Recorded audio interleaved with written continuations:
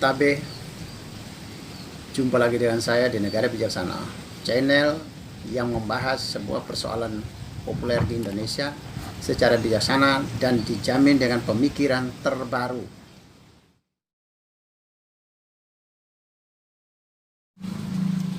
Hari ini saya akan berbicara tentang keberadaan atau pentingnya Komnas HAM. Penting atau tidak Komnas HAM? Ini dilihat dari akhir-akhir ini desakan untuk pembubaran Komnas HAM juga semakin kuat sehubungan dengan kasus meninggalnya 6 anggota FPI ini. Komnas HAM bertindak, terus desakan terhadap pembubaran Komnas HAM dan menganggap Komnas HAM sudah tidak penting itu cukup tinggi suara-suara publik ini. Hari ini sehubungan juga dengan bulan ini adalah perayaan Hari HAM, Hari Hak Asasi Manusia Internasional, maka saya ingin berbicara khusus tentang pentingkah atau masih butuhkah kita dengan Komnas HAM, Komisi Nasional Hak Asasi Manusia. Apakah masih butuh kita saat ini? Butuh atau tidak, mari kita lihat. Kita bedah situasi ya. Sejarah keberadaan Komnas HAM itu berdiri pada tahun 1993. 5 tahun sebelum lengsernya Soeharto, sebelum jatuhnya Orde Baru. Berarti Komnas HAM ini berdiri di saat Orde Baru sedang berkuasa, bahkan mendekati akhir hayatnya Orde Baru. Berarti kebutuhan akan Komnas HAM ini tergantung dari kontekstual situasi pada saat itu.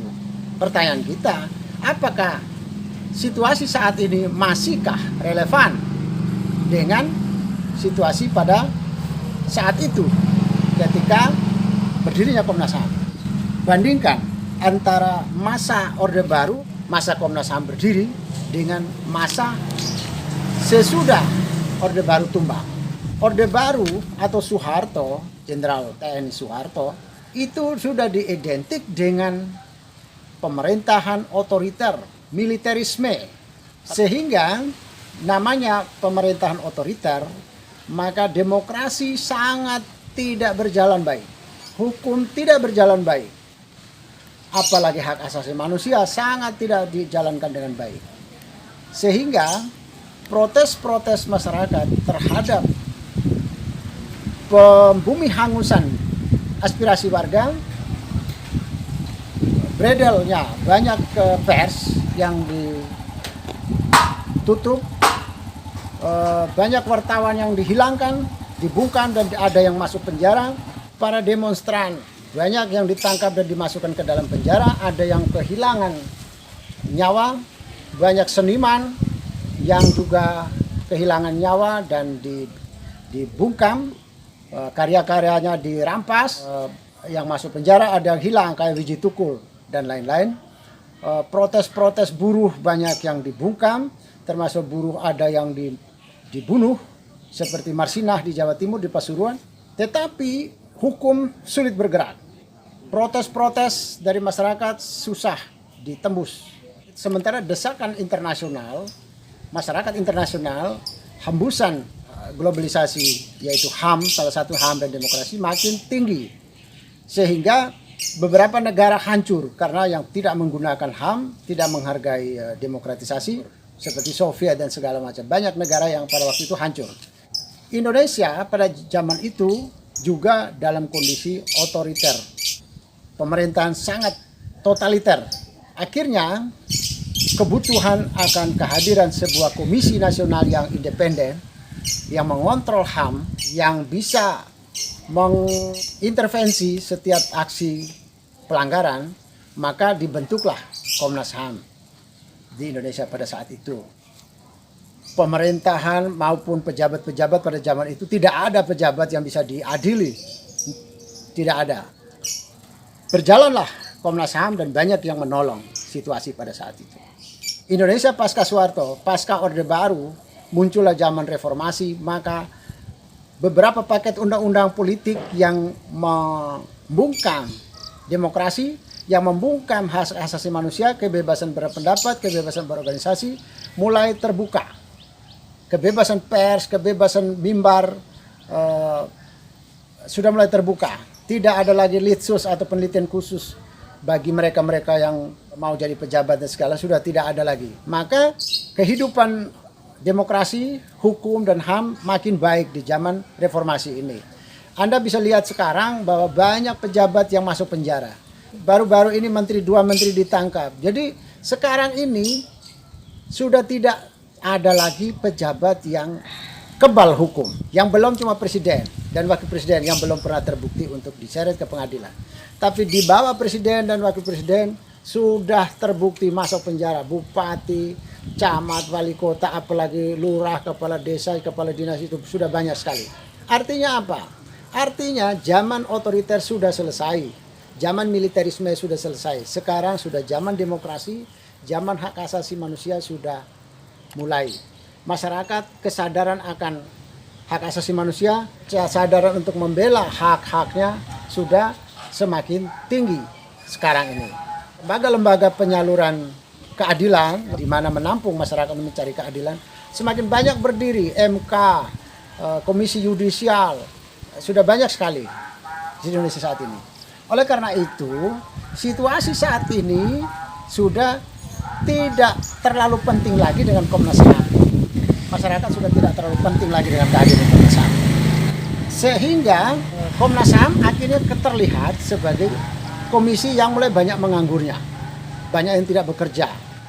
Ketika Komnas HAM tidak banyak yang bekerja, termasuk kita lihat terjadi pengerusakan gereja di mana-mana, terjadi pembantaian warga yang secara sara seperti baru-baru di Sigi, itu sudah rame akhir-akhir ini. Tetapi Komnas HAM bagaimanapun ada kritikan, Komnas HAM tidak hadir juga meskipun dengan berbagai pelanggaran hak asasi manusia di mana-mana. Di NTT baru-baru ini ada warga masyarakat konflik dengan pemerintahan daerah NTT masalah tanah di Besipae.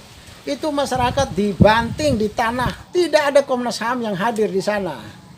Terus beberapa bulan lalu juga di Sumba di Sumba NTT juga ada seorang warga laki-laki yang berpacaran itu digantung di pohon seperti ini nih. Digantung di pohon, kepala ke bawah berjam-jam. Komnas HAM juga tidak berteriak. Jadi dalam banyak kasus HAM, Komnas HAM tidak berteriak selama ini. Pembubaran orang beribadah di mana-mana yang non-muslim, pelarangan terhadap pendirian rumah-rumah ibadah, itu banyak sekali. Kenapa begitu?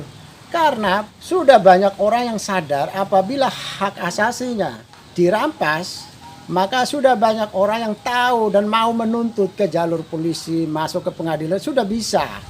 Kayak di NTT, orang sudah bisa bergerak sendiri, lapor ke polisi dan dibawa ke pengadilan, bisa. Tanpa Komnas HAM lagi. Maka Komnas HAM tidak bekerja lagi. Nah, yang menjariknya ketika banyak pelanggaran-pelanggaran hak asasi manusia di mana-mana, Komnas HAM tidak bergerak, termasuk pelanggaran hak asasi di kebebasan beragama di Indonesia. Itu Komnas HAM tidak bergerak juga. Nah, tiba-tiba begitu 6 anggota FPI ditembak oleh kepolisian, tahu-tahu Komnas HAM berdiri dengan sangar. Akhirnya orang terheran-heran. Apa kabar Komnas HAM? Sudah tidak banyak lagi gawean, sudah tidak banyak kerjaan lagi, banyak masyarakat sudah sadar untuk mencari keadilan sendiri ke hukum. Lalu Komnas HAM sudah banyak yang tidak bekerja. Lalu ketika terjadi pelanggaran-pelanggaran HAM dari segi sara yang menyangkut kebebasan beragama bagi non-muslim, Komnas HAM juga tidak bergerak. Tetapi ketika anggota FPI ditembak oleh anggota kepolisian, Komnas HAM baru berdiri dan sangar. Disinilah letaknya, bahwa akhirnya orang berpikir. Jadi ada 3 situasi yang tidak membutuhkan lagi Komnas HAM. Pertama, situasi banyak orang sudah sadar untuk mengadu sendiri, mencari keadilan sendiri ke hukum, ke pengadilan, lapor polisi dan bawa ke pengadilan. Yang kedua, sudah banyak lembaga-lembaga hukum yang siap menampung masyarakat. Dan yang ketiga, Komnas HAM sudah tidak berfungsi banyak lagi untuk menangani semua kasus HAM di Indonesia. Komnas HAM cuma muncul 1-2 dan memberi kesan seolah-olah Komnas HAM bukan lagi membela hak asasi manusia, tapi membela kelompok tertentu saja. Ini akhirnya kalau seperti itu berarti kebutuhan kita akan Komnas HAM menjadi tidak lagi.